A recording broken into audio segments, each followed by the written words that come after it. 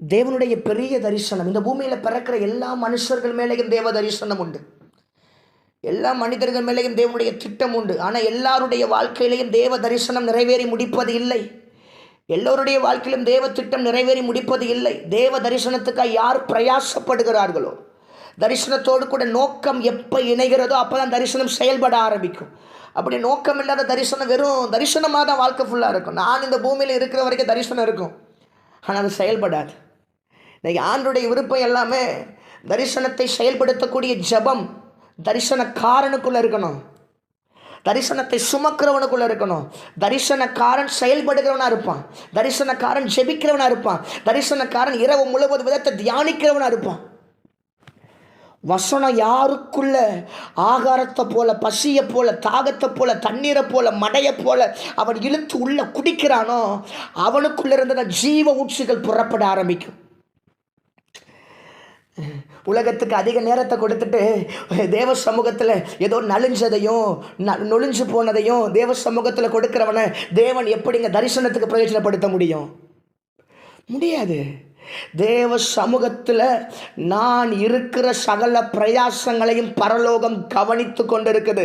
அவருடைய சமூகத்தில் அவரோடு இசைந்திருக்கிறவனுக்குள்ள தான் தரிசனங்கள் உயிர் பெற ஆரம்பிக்கும்.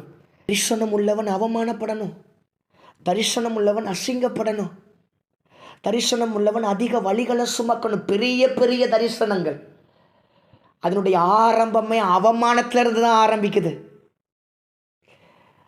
ஆனால் என் தரிசனத்தை அவமானப்படுத்துகிற அதே ஜனங்கள் தான் முடிவு பிரமிக்க வைக்கும். இன்னைக்கு தரிசனத்தை குறித்து பேசும்போது இவனுக்கா இப்படி ஒரு காரியம்? சவுலை பார்த்து சொன்னாங்கல்ல, இவனா நம்மை ரட்சிப்பான், இவனா அற்பமாக பார்த்தாங்க. நம்மை குறித்து உலகம் பார்க்கிற பார்வை, தரிசனத்தை குறித்து உலகம் பார்க்கிற பார்வை அற்பமாக தான் இருக்கும்.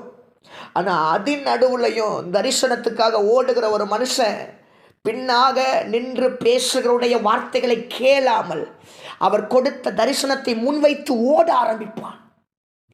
அவனுக்கு உலகத்தை குறித்து யோசிக்கவோ, அவனுக்கு உலகத்தை குறித்து இருதயத்தில் நினைக்கவோ அவனுக்கு நேரம் இருக்காது. நான் இன்னும் தெளிவாக சொல்கிறேனே, தரிசனம் உள்ள ஒரு மனிதன் ஜபம் முடிந்தாலும் ஜபிக்க ஆரம்பிப்பான். ஆராதனை முடிஞ்சு போச்சு, ஜபம் முடிஞ்சு போச்சு, ஆனால் அவனுடைய அறைக்குள்ளே திரும்ப ஜபம் பண்ணுவான். ஏன்னா தரிசனம் செயல்படுவதற்கு பெரிய ஜபம் வேண்டும். சிறிய ஜபம் இல்லை, பெரிய ஜபம். பெரிய ஜபங்கள்ல தான் பெரிய பெரிய தரிசனங்கள் வெளியே வருது.